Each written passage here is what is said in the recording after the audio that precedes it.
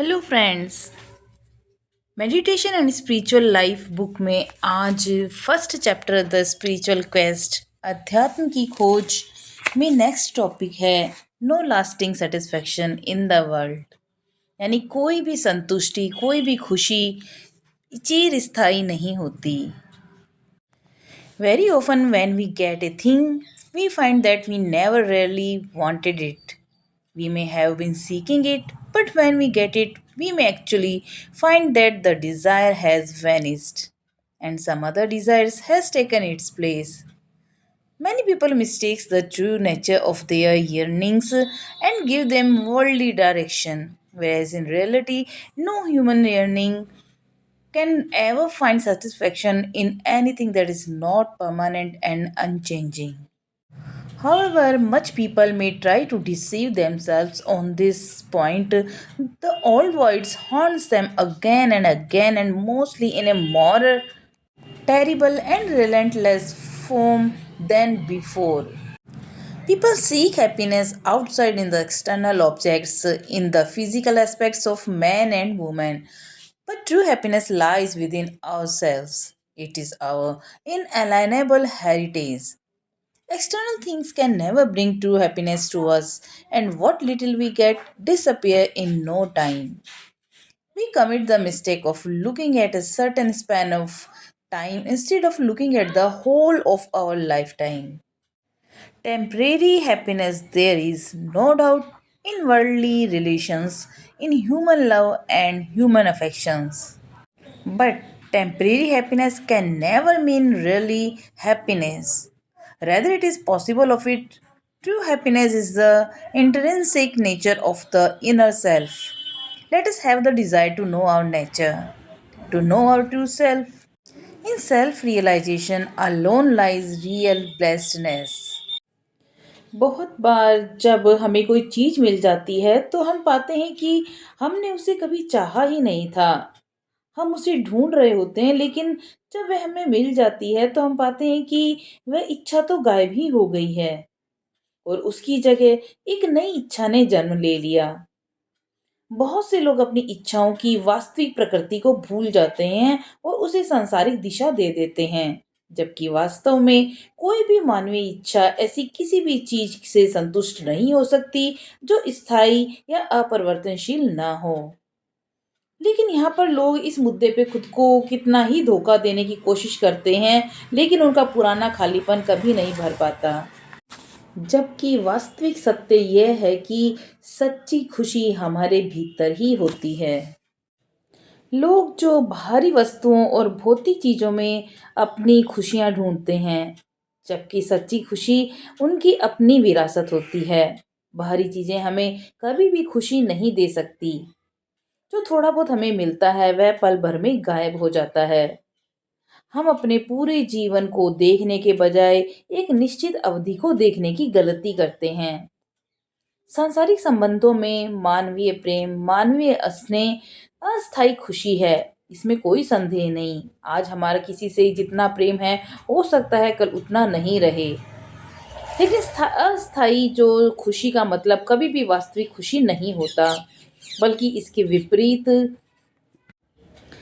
जो आंतरिक खुशी होती है, स्थायी खुशी होती है, वह आंतरिक आत्मा के अंदर निहित प्रकृति है। हमें अपने स्वभाव को जानने की इच्छा रखनी चाहिए, अपने सच्चे स्व को जानना चाहिए। आत्म साक्षात्कार में ही वास्तविक आनंद निहित है। Even though the higher self of man is a part of divine and is actually inseparable from it, still the devotee gives more importance to God than to his own soul. To him, God alone is the respiratory of all peace and blessedness. We should try to look within and find him seated within our own hearts. This body of ours is the living temple of God. This is a conception we find stressed again and again in all the scriptures. The best temple of the divine are, however, the great prophets and seers. That is why they exert the greatest influence.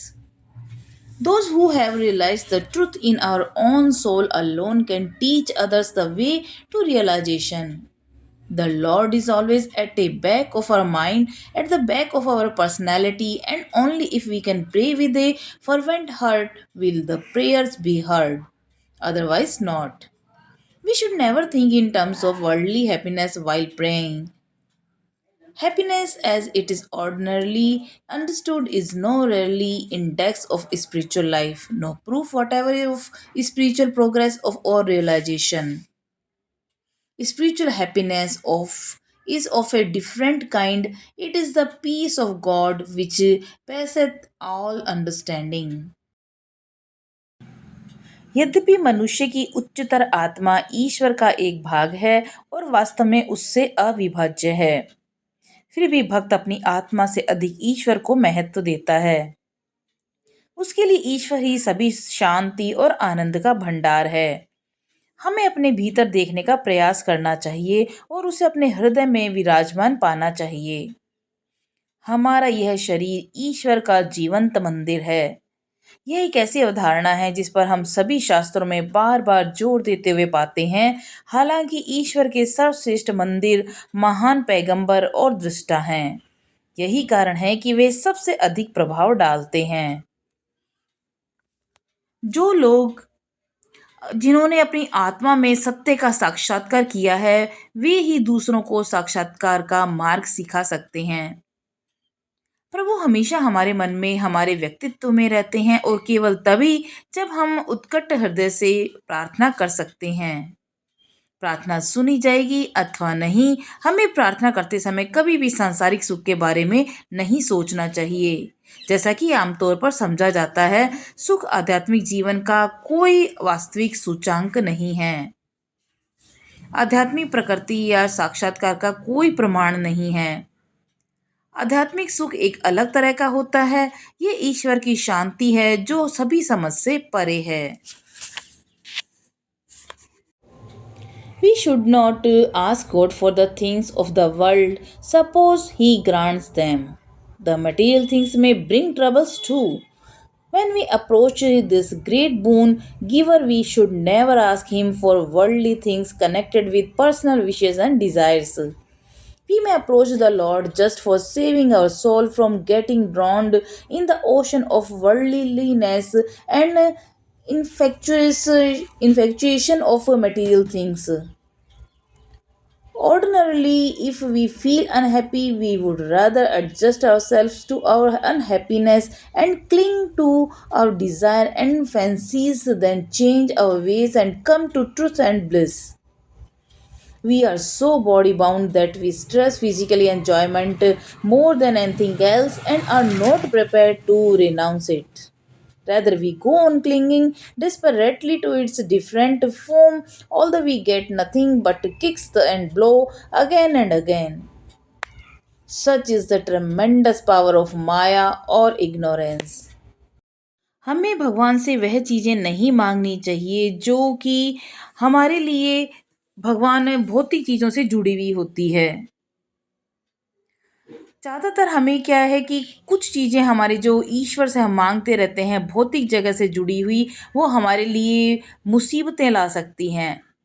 जब हम इस महान वरदान दाता के पास जाते हैं तो हमें उनसे व्यक्तिगत इच्छा और कामनाओं से जुड़ी सारी वस्तुओं से अलग सोचना चाहिए।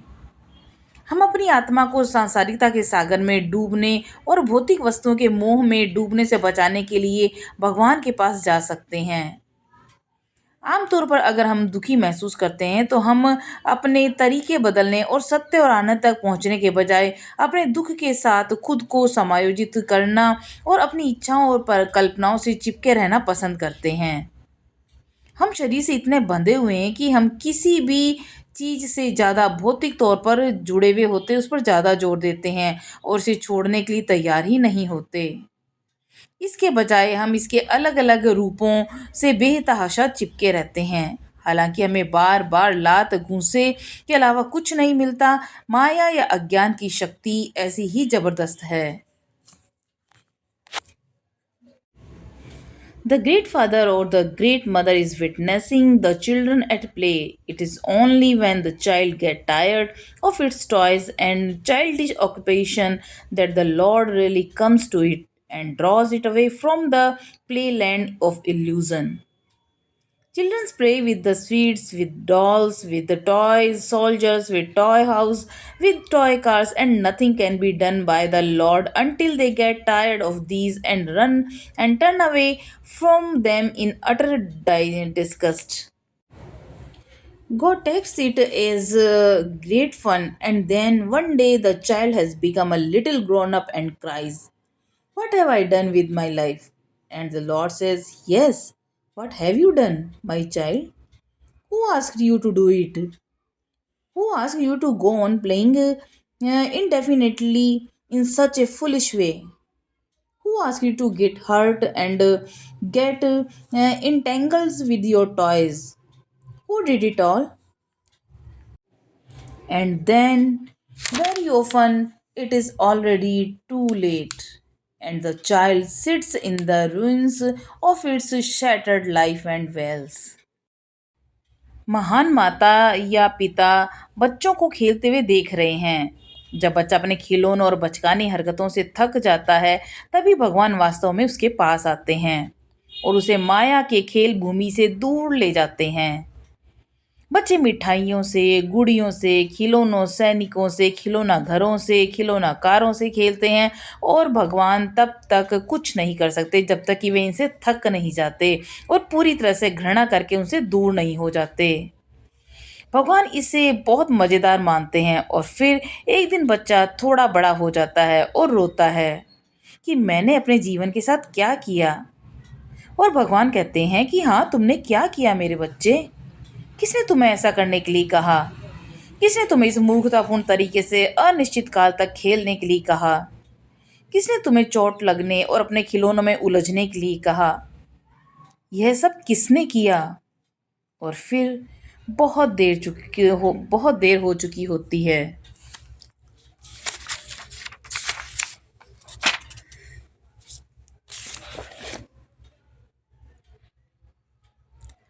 और बच्चा बिखरी हुई जिंदगी में के खंडर में बैठकर रोता रहता है कि अब बहुत ज़्यादा देर हो गई। Next point is strive for the highest. We all have an opportunity to follow saner and better ways, but we cling to our particular toys and do not let go our hold.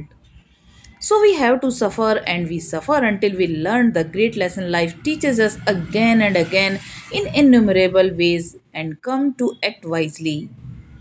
Just as most people try to achieve their worldly ambitions and ideals. We should strive for spiritual life and illumination, but this most people won't do. And it depends solely in our own choice whether we take up the worldly life or spiritual life. Whether we lead a life of slavery and fear or that of freedom and fearlessness. We must strive to achieve something that is higher, that is not subject to change and decay. But we very often choose a path of ignorance willfully and deliberately because we cling to our phantoms of physical and emotions enjoyment, which after all we shall have to give up sooner or later. We all one day must let go the hold, and if we do not do this of our own free will, the toy will be torn away from us, and this will mean great sorrow and, in many cases, a broken heart. For most people, this is the only way in which they can be made to learn their lessons, but it is very painful and usually takes many lives. We should try to live a spiritual life knowingly, consciously, deliberately, in a spirit of dedication and singlelessness of purpose. This will ours may be directed towards the higher channels of life or towards the lower ones just as we please. If we are able to rouse tremendous enthusiasm in our slaves for the goal to be attained, then only shall we get the necessary energy to strive for it and do our utmost in the world of the spirit. You very often find people with a chaotic brain. They do not care to follow any definite system and like to drift on the boundless sea of their emotions and impulses. So they attend practically nothing, in fact, just as little as the out and out worldly minded people do. No person with a muddled brain can have any success in the world, and much less so on the spiritual world. Settle once for all what you really want. Very often we want to attain peace but follow a path that can only end in restlessness and trouble. There is saying in Bengal, there is some people who, when they want to go towards the east, start walking towards the west. And if you ask them why they do so, they reply, because I want to go towards the north. सर्वोच्च के लिए प्रयास करें। हम सभी के पास समझदारी और बेहतर तरीके अपनाने के अवसर हैं, लेकिन हम अपने खास रास्ते पर तब तक चिपके रहते हैं जब तक कि हम अपनी पकड़ नहीं छोड़ देते। इसलिए हमें कष्ट सहना पड़ता है और हम तब तक कष्ट सहते रहते हैं जब तक कि हम जीवन में बार बार असंख्य तरीकों से सिखाए गए महान सबक नहीं सीख लेते और समझदारी से काम करना नहीं सीख लेते। जिस तरह अधिकांश लोग अपनी सांसारिक महत्वाकांक्षाओं और आदेशों को प्राप्त करने का प्रयास करते हैं, उसी तरह हमें आध्यात्मिक जीवन और प्रकाश के लिए प्रयास करना चाहिए। लेकिन अधिकांश लोग ऐसा नहीं करते और यह पूरी तरह से हमारी अपनी पसंद पर निर्भर करता है कि हम सांसारिक जीवन अपनाते हैं या आध्यात्मिक जीवन। हम गुलामी और भय का जीवन जीते हैं या स्वतंत्रता और निर्भयता का। हमें कुछ ऐसा प्राप्त करने का प्रयास करना चाहिए जो उच्चतर हो, जो परिवर्तन और क्षय के अधीन न हो। लेकिन हम अक्सर जानबूझकर अविद्या अज्ञान का मार्ग चुन लेते हैं, क्योंकि हम अपने भौतिक और भावनात्मक आनंद के मोह से चिपके रहते हैं, जिसे हमें आखिरकार देर सवेर छोड़ना ही होगा। हम सभी को एक दिन इस पकड़ को छोड़ देना चाहिए। अगर हम अपनी इच्छा से ऐसा नहीं करते हैं तो ये खिलौना हमसे छीन लिया जाएगा और इसका मतलब होगा बहुत दुख और कई मामलों में टूटा हुआ दिल। अधिकांश लोगों के लिए यही एकमात्र तरीका है जिससे उन्हें अपना सबक सिखाया जा सकता है, लेकिन ये बहुत दर्दनाक है और आमतौर पर कई लोगों की जान ले लेता है। हमें आध्यात्मिक जीवन जीने की कोशिश करनी चाहिए, जानबूझकर, समर्पण और एकनिष्ठ उद्देश्य की भावना के साथ। हमारी ये इच्छा जीवन के उच्चतर मार्गों की ओर या निम्नतर मार्गों की ओर, जैसा हम चाहें, निर्देशित हो सकती है। अगर हम अपने लक्ष्य को पाने के लिए अपने अंदर जबरदस्त उत्साह जगा लेते हैं, तभी हम उस लक्ष्य को पाने का प्रयास करते हैं और अपना सर्वश्रेष्ठ करने के लिए आवश्यक ऊर्जा भी मिल जाती है। आध्यात्मिक दिशा में हम अक्सर अव्यवस्थित दिमाग वाले लोगों को पाते हैं। वे किसी निश्चित प्रणाली का पालन करने की परवाह नहीं करते। वे अपनी भावनाओं और आवेगों के असीम समुद्र में रहना पसंद करते हैं, इसलिए वे व्यावहारिक रूप से कुछ हासिल नहीं कर पाते।